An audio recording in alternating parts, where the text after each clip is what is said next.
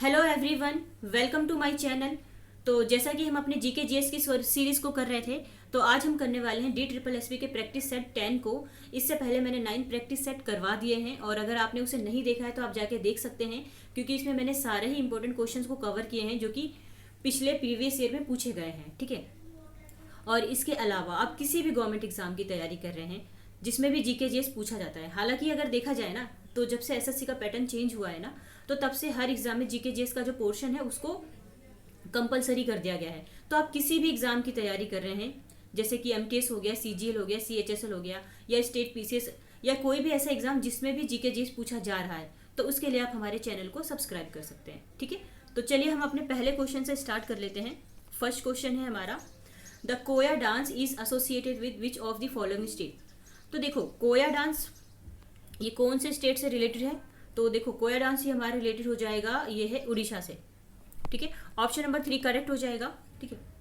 अब देखो, जो कोया डांस है उड़ीसा से रिलेटेड है। तो अगर मैं कोया डांस की बात करूँ ना, तो पहले मैं आपको मैप दिखा देती हूँ। ये है इंडिया का मैप, ये कुछ इस जगह है हमारा उड़ीसा। ठीक है।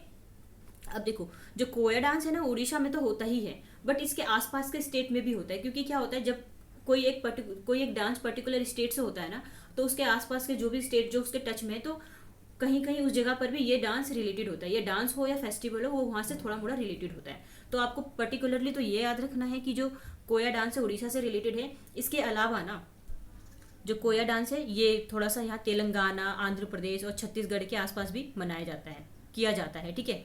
तो आप ये याद रखेंगे, याद रखना भी ईजी है। देखो, छत्तीसगढ़ बिल्कुल इससे टच में है, तो ऑब्वियसली यहाँ पर कोया डांस जरूर होगा। और तेलंगाना, हैदराबाद, ये दोनों कभी एक ही थे। 2014 में ही ये नया राज्य बना है तेलंगाना। ठीक है। तो इतना आप याद रखेंगे। अब देखो, यहाँ पे डांस की बात हो रही है ना, तो डांस से हम उड़ीसा के ही कुछ डांस को रिलेट कर लेते हैं। ठीक है। उड़ीसा में और कौन कौन से डांस है जो कि बहुत फेमस रहते हैं? तो देखो, नाम से पता चल रहा है ओडिसी डांस, उड़ीसा का ही ओडिसी डांस हो जाएगा। फिर एक है छऊ डांस करके। ठीक है। उड़ीसी डांस मैं यहाँ लिख दूँ, उड़ीसी डांस, छऊ डांस, कर्मा नाच, और एक है बाघा नाच, टाइगर डांस। ठीक है। गोटीपुआ, घूमरा और आदिवासी डांस, ये सारे जो भी मैंने बताया, ये सारे डांस हमारे रिलेटेड हो जाएंगे। अच्छा, एक डांस जो बहुत इंपॉर्टेंट है, यहाँ पे मैंने वो लिख दिया है, ये है हमारा छऊ डांस। ये मैं क्यों बता रही हूँ, क्योंकि ये अभी एमटीएस या सीजीएल सीएचएसएल में पूछा गया क्वेश्चन है, छऊ डांस। तो देखो, अब एग्जामिनर क्या कर रहा है, क्वेश्चन का जो लेवल है वो टफ बनाने के लिए वो डांस ना पूछकर डांस के कुछ स्टाइल्स वगैरह पूछ रहा है। ठीक है। तो देखो, जो छऊ डांस है ना, मैं यहाँ पे सही से लिख दूँ, छऊ डांस।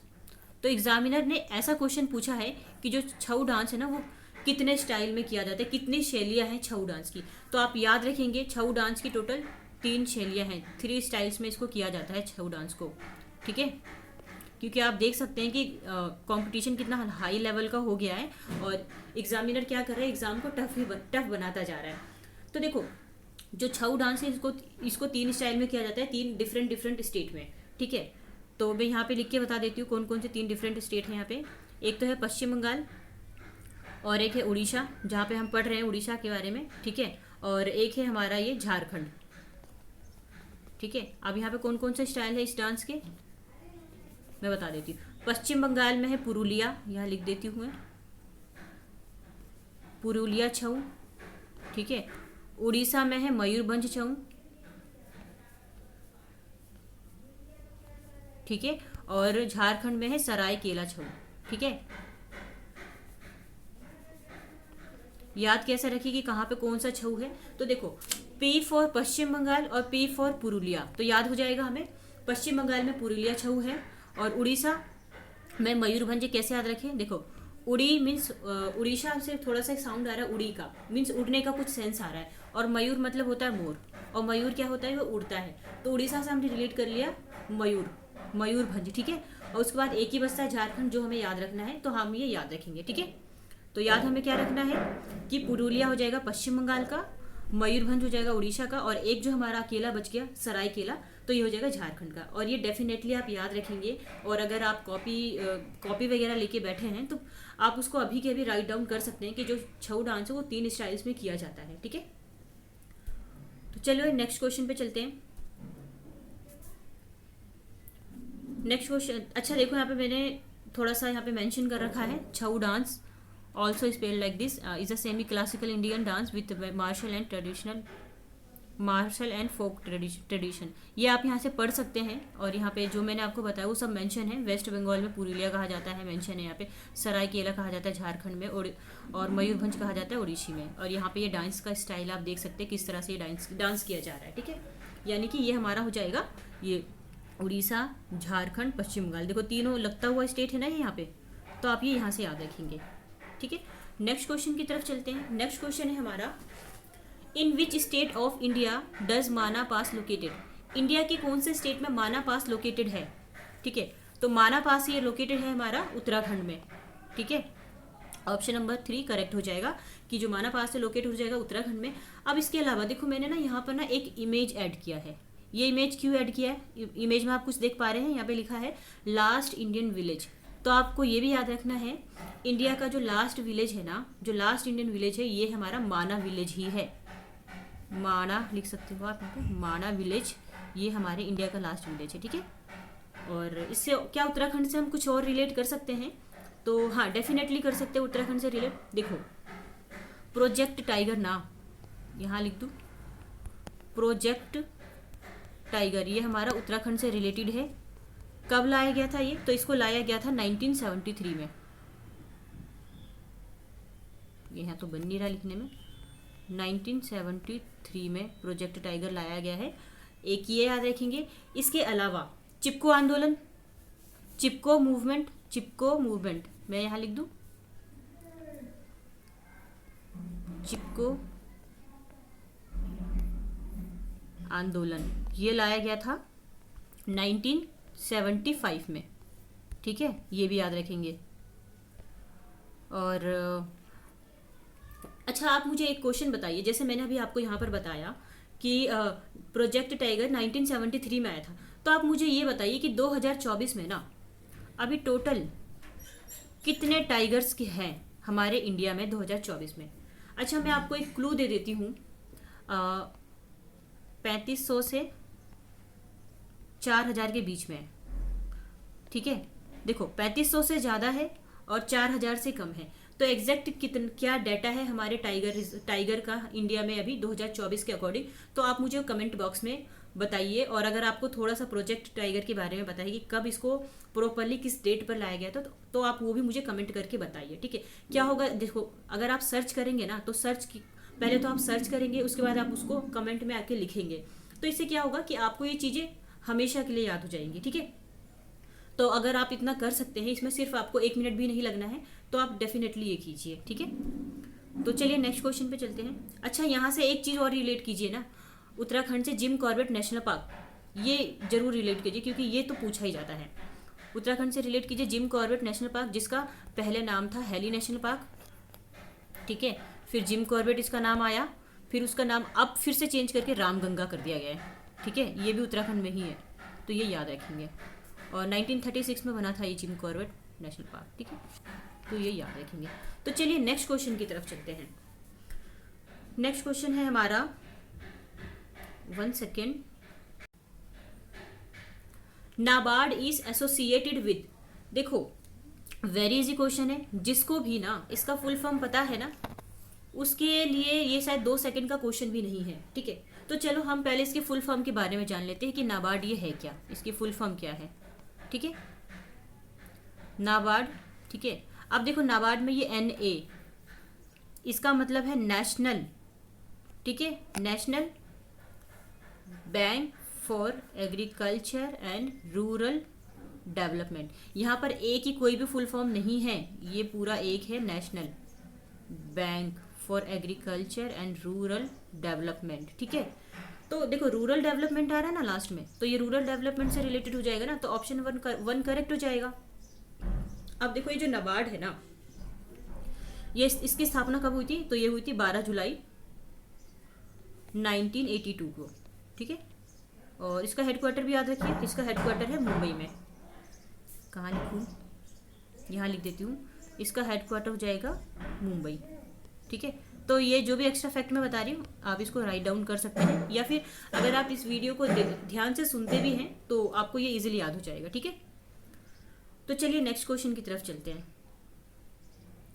नेक्स्ट क्वेश्चन है हमारा, which of these west flowing river flow between two mountain ranges. अब देखो इसमें बात हो रही है, इसमें से ऐसी कौन सी रिवर है जो दो माउंटेन रेंजेस के बीच से जाती है और ये वेस्ट की तरफ जाती है। तो देखो यहाँ पे कितनी सारी रिवर्स दे रखी है।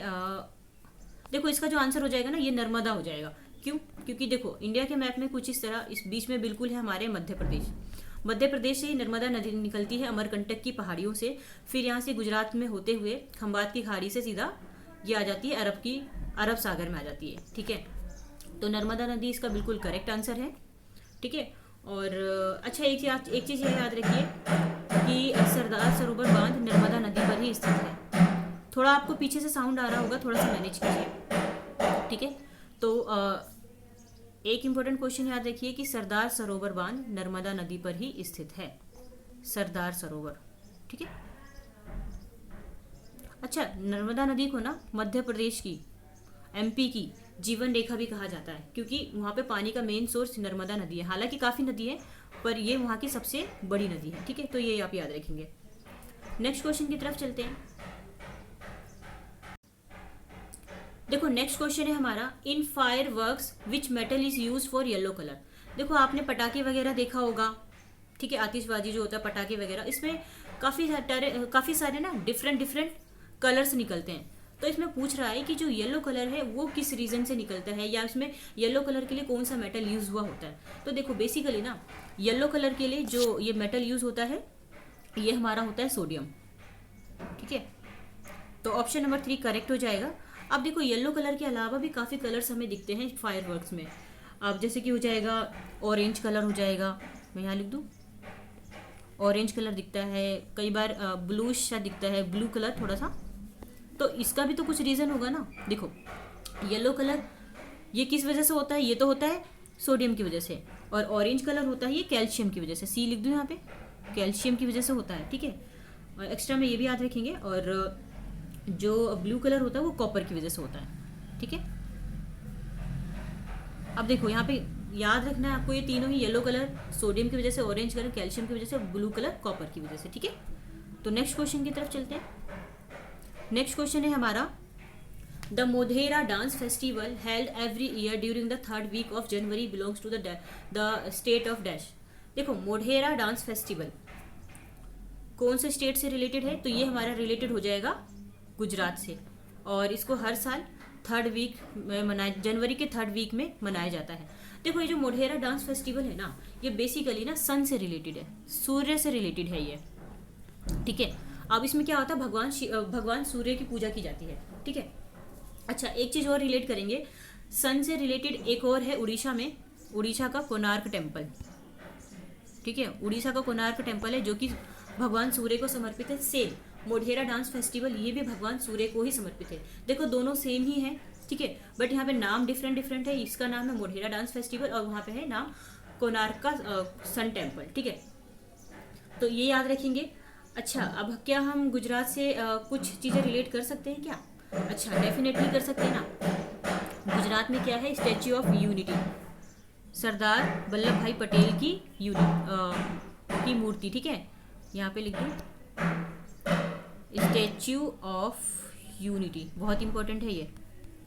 सरदार वल्लभ भाई पटेल की मूर्ति है ये, और इसकी जो हाइट है वो है 182 मीटर।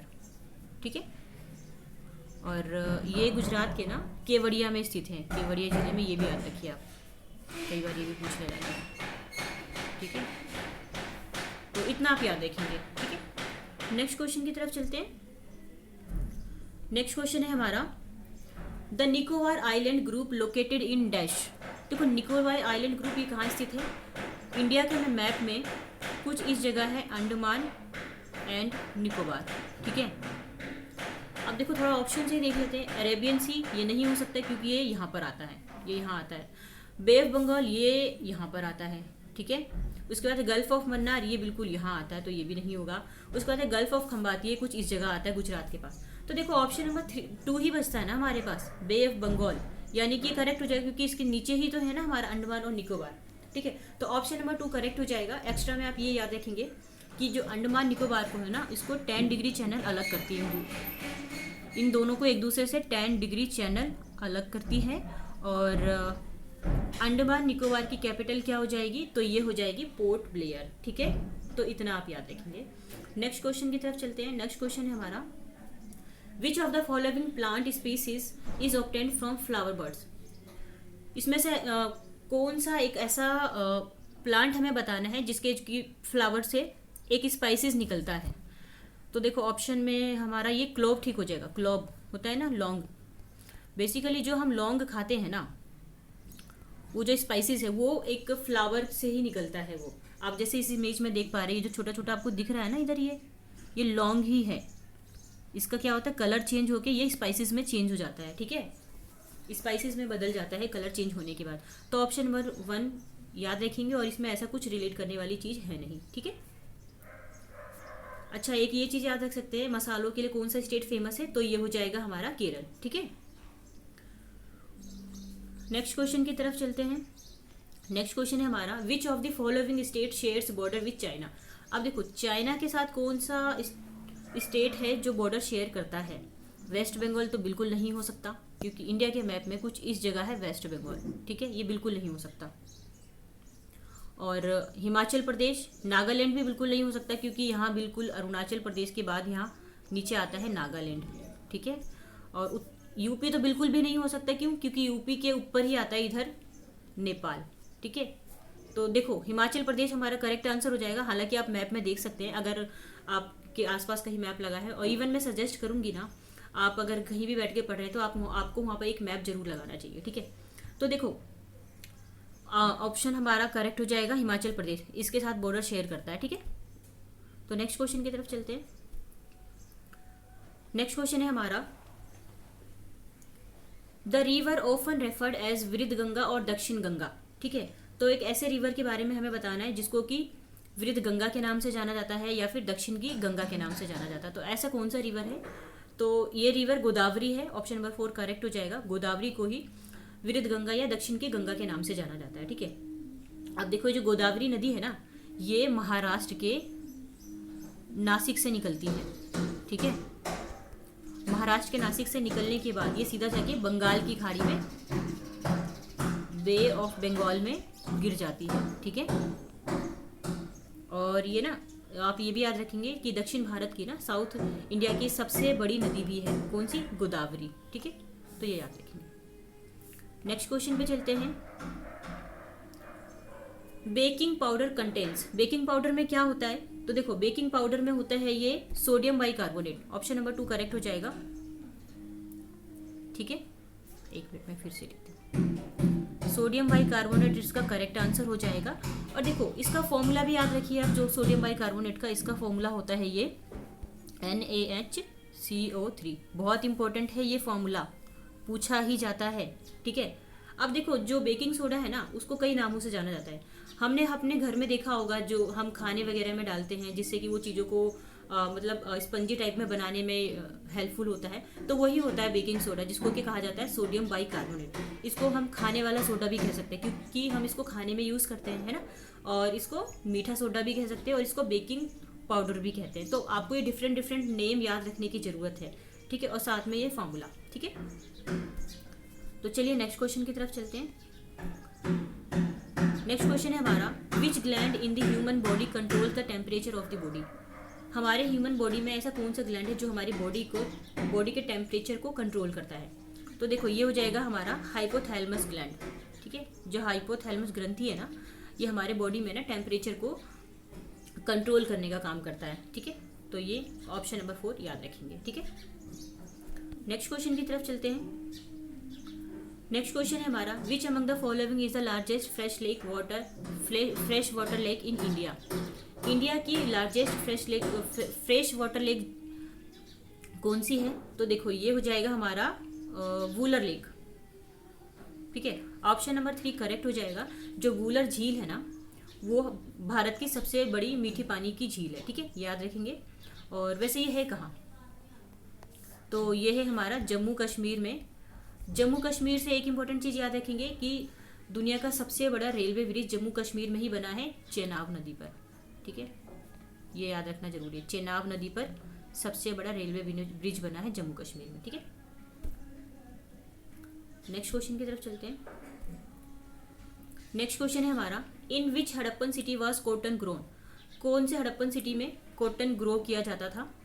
तो देखो, जो कॉटन का काम है ना, ये किया जाता था मेहरगढ़ में। ठीक है, ऑप्शन नंबर 4 करेक्ट हो जाएगा। कहाँ है ये मेहरगढ़? तो ये है पाकिस्तान में। ठीक है, ये याद रखेंगे। अच्छा, इसके अलावा देखो यहाँ पे हड़प्पा सभ्यता की बात हो रही है ना, तो हड़प्पा सभ्यता की खोज हुई थी 1921 में, दयाराम साहनी ने की थी। और इसके बाद एक है मोहनजोदारो,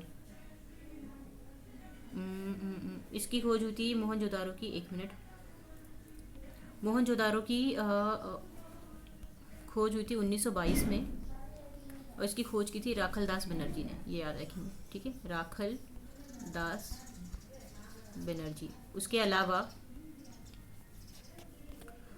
मेहरगढ़, मोहनजोदारो, ये सारा हमारा पाकिस्तान में ही है। ठीक है, ये भी याद रखेंगे। नेक्स्ट क्वेश्चन की तरफ चलते हैं। नेक्स्ट क्वेश्चन है हमारा, who is known as the founder of Mamluk dynasty. Mamluk dynasty का फाउंडर किसे कहा जाता है? तो देखो, मामलुक वंश, इसकी स्थापना किसने की थी? तो ये की थी कुतुबुद्दीन ऐबक ने। ऑप्शन नंबर 1 करेक्ट हो जाएगा। मामलुक वंश को ही ना, देखो, इसको ही गुलाम वंश कहा जाता है, तो कंफ्यूज नहीं होना आपको। यहाँ लिख देती हूँ मैं गुलाम वंश। ठीक है, तो मामलुक वंश, गुलाम वंश दोनों सेम ही हैं। और दिल्ली सल्तनत की स्थापना भी ना कुतुबुद्दीन ऐबक ने ही किया था, ये भी याद रखेंगे। और कुतुबुद्दीन ऐबक को ना लाख बख्श के नाम से जाना जाता है। लाख बख्श एक नंबर में पूछा जाता है एसएससी के एग्जाम में। लाख बख्श क्यों कहा जाता है? क्योंकि ये लाखों का दान यूं ही कर देता था, क्योंकि ये काफी दानवीर स्वभाव का था। ठीक है, तो ये बहुत सारा दान यूं ही करता था, इसलिए इसको लाख बख्श की उपाधि दी गई थी। ठीक है, और दिल्ली में कुतुब मीनार है ना, ये भी इन्होंने ही बनवाया था, ये याद रखेंगे। ठीक है, नेक्स्ट क्वेश्चन की तरफ चलते हैं। नेक्स्ट क्वेश्चन है हमारा, which part of our constitution provides the right to free and compulsory primary education. हमारे कॉन्स्टिट्यूशन के कौन से पार्ट में या किस में बताया गया है right to free and compulsory primary education के बारे में? तो देखो, ये सीधा सीधा ये बताया गया है फंडामेंटल राइट्स ऑफ सिटीजनशिप, हमारे नागरिकों के जो मौलिक कर्तव्य है ना, उसके बारे में बताया गया है। ठीक है, टोटल मौलिक कर्तव्य नहीं, मौलिक अधिकार, टोटल 6 मौलिक अधिकार हैं। कौन कौन से हैं? अगर आपको पता है तो आप मुझे कमेंट बॉक्स में लिख के बताइए। हालांकि पहले 7 थे, एक था संपत्ति का अधिकार। ठीक है, तो उसको हटा दिया गया है। अब टोटल हमारे पास 6 मौलिक अधिकार हैं। और इसके अंतर्गत ही ना, आप ये याद रखिए, एक है हमारा आर्टिकल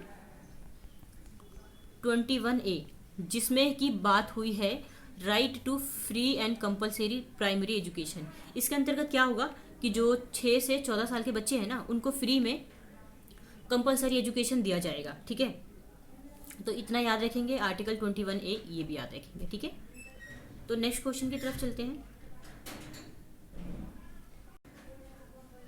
नेक्स्ट क्वेश्चन है हमारा, when was the second battle of Panipat fought. देखो, पानीपत का दूसरा युद्ध कब हुआ था? तो ये हुआ था 1556 में। देखो, पानीपत के ना टोटल 3 युद्ध हुए थे, पहला, दूसरा, तीसरा। ठीक है, हमसे दूसरा पूछा गया है, तो दूसरा ये हुआ था हेमू प्लस अकबर के बीच में। ठीक है, जिसमें कि ना अकबर जीत गया था। तो मैं इसके यहाँ पे क्रॉस ऐसे लगा देती हूँ, टिक, ये जीत गया था और हेमू हार गया था। ठीक है, अब देखो फर्स्ट किसके बीच में हुआ था? फिर ये हुआ था बाबर और इब्राहिम लोदी के बीच में। तो बाबर और इब्राहिम लोदी में बाबर जीत गया था। ठीक है, और थर्ड किसके बीच में हुआ था? मराठा और अहमद शाह अब्दाली।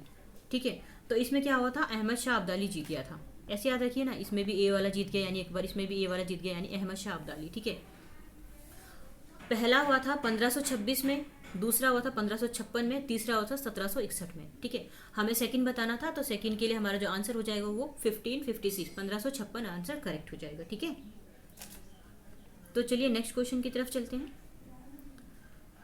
नेक्स्ट क्वेश्चन है हमारा, Kamalpreet Kaur is associated to which one of the following sport. देखो, कमलप्रीत कौर ये कौन से खेल से संबंधित है? तो ये संबंधित हो जाएगी हमारे डिस्कस थ्रो से। ठीक है, ऑप्शन नंबर 1 करेक्ट हो जाएगा।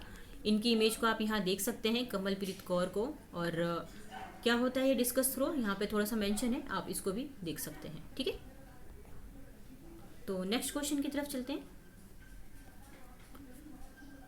नेक्स्ट क्वेश्चन है हमारा, dash of the constitution of India provides a list of official language of the Republic of India. देखो हमारे कॉन्स्टिट्यूशन में ना ऑफिशियल लैंग्वेजेस के बारे में बताया गया है। तो ऑफिशियल लैंग्वेज जो है ना, ये कौन से शेड्यूल में बताया गया है। ठीक है, तो ऑप्शन नंबर हमारा वैसे तो 4 करेक्ट हो जाएगा, क्योंकि 8th शेड्यूल में ही हमारे ऑफिशियल लैंग्वेजेस के बारे में बताया गया है। ठीक है, तो आप ये याद रखेंगे। अच्छा, 8th शेड्यूल में टोटल लैंग्वेज है कितनी? 8th शेड्यूल में टोटल 22 लैंग्वेजेस है, जिसमें कि इंग्लिश शामिल नहीं है, ये भी याद रखेंगे। ठीक है, तो 22 लैंग्वेजेस है हमारे 8th शेड्यूल में। और आर्टिकल है एक हमारा लैंग्वेज से रिलेटेड, तो वो आर्टिकल हमारा हो जाएगा 343, ये भी याद रखेंगे। 343 हमारे लैंग्वेजेस के बारे में बताता है। अच्छा देखो, कॉन्स्टिट्यूशन की बात हुई है ना, who is the father of constitution, तो डॉक्टर भीमराव अम्बेडकर को कहा जाता है। हमारा जो संविधान है, कॉन्स्टिट्यूशन है, वो 26 जनवरी 1950 को लागू हो गया था।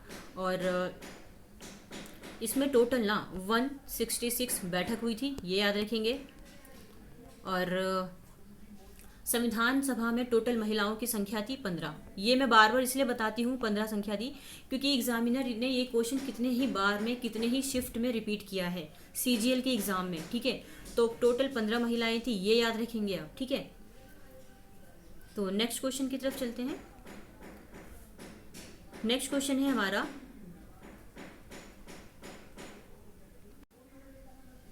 The Indian national union conference was held in Pune on dash. तो INC, the Indian national union conference, ये पुणे में हुआ था कब? तो देखो ये हुआ था, अच्छा देखो ऑप्शन भी कितने कंफ्यूजिंग है यहाँ पे, 1885 सब में दे रखा है। तो बेसिकली वैसे तो इसका आंसर है दिसंबर 1885, है ना। तो देख रहे हो एग्जामिनर कितना ज़्यादा टफ करता जा रहा है एग्जाम का लेवल। अब आपको मंथ भी याद रखना पड़ेगा। ठीक है, तो याद रखिए दिसंबर 1885 में। अब देखो ये INC की जो स्थापना है ना, ये हुई ही थी 28 दिसंबर 1885 में। ठीक है, और इसकी स्थापना किसने की थी? A.O. ह्यूम ने। A.O. Hume means Allan Octavian Hume ने की थी। ठीक है, और यहाँ पे जो क्वेश्चन दे रखा है ना, was held in Pune on, तो देखो मैं सही सही बताऊँ यहाँ पे आपको। तो देखो ये पुणे में ना हेल्ड होने वाला था, पर ये पुणे में हुआ नहीं था हैजा के कारण, क्योंकि उस समय पुणे में हैजा की बीमारी फैली हुई थी। तो जिस वजह से इसको ट्रांसफ़र कर दिया गया था मुंबई में। तो याद रखेंगे INC का जो पहला कॉन्फ्रेंस हुआ था वो मुंबई में हुआ था, पुणे में नहीं हुआ था। ठीक है, और INC से कुछ और रिलेट कर सकते हैं क्या हम? तो ये एक याद रखिए, 1896 में जो INC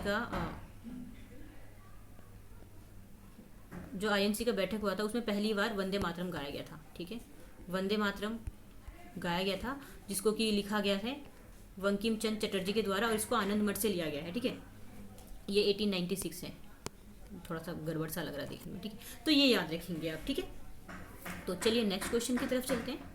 अच्छा देखो, हमने 20 क्वेश्चन की सीरीज़ को ना कंप्लीट कर लिया है। और अगर आपको मेरा पढ़ाया हुआ अच्छा लगता है, समझ आता है, या फिर कुछ कमी है या कुछ एक्स्ट्रा ऐड करने की ज़रूरत है, तो आप मुझे वो कमेंट में बता सकते हैं। और अगर आप इस चैनल पर न्यू हैं तो आप इसको लाइक एंड सब्सक्राइब कर सकते हैं। ठीक है, so thank you so much.